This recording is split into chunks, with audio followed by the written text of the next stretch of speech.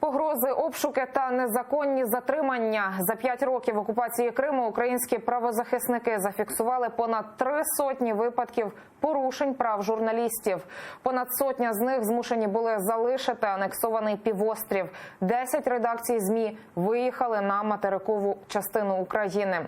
Про несвободу слова в Криму та як на ці злочини реагує прокуратура Автономної Республіки Крим. Перепрошую, далі в сюжеті. Пані Тетяна – журналістка з Криму. Під час анексії рідного півострову в прямому сенсі відчула на собі руку окупанта. У той день вона фільмувала, як так звана самооборона Севастополя, за спинами якої ховалися російські війська, блокувала українські військові частини. Спроба зафіксувати на відео російських військових закінчилася для мене ударом з втратою свідомості і втратою камери.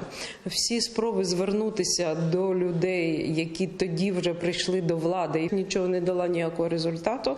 З початку 2014 року атаки на журналістів в анексованому Криму чи не на кожному кроці. Українські правозахисники нарахували 300 порушень прав журналістів. Від погроз і тиску до затримань і тортур, розповідає дослідниця Кримської правозахисної групи Ірина Седова. Серед них і кримські татари, яким здебільшого шиють тероризм.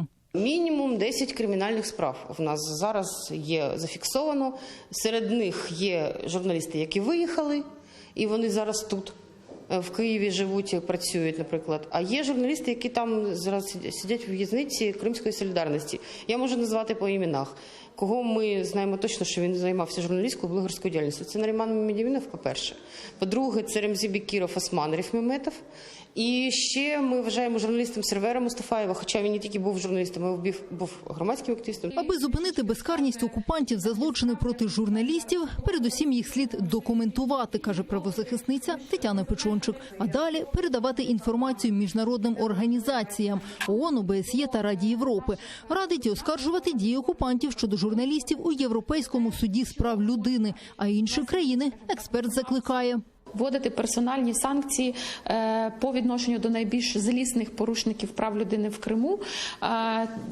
Дані про таких осіб задокументовані правозахисними організаціями. Наприклад, у нашому списку це близько 60 осіб, починаючи від найвищого керівництва Криму, окупаційної адміністрації і закінчуючи парамілітарними групами. Розслідуваннями злочинів щодо журналістів, вчинених в окупованому Криму, займається прокуратура Автономної Республіки Крим. Прокуратура Автономної Республіки Крим на сьогоднішній день здійснюється процесуальне керівництво у більше ніж 50 фактів порушення прав професійних журналістів та громадських журналістів, саме які висвітлюють події на тимчасово окупованій території Автономної Республіки Крим.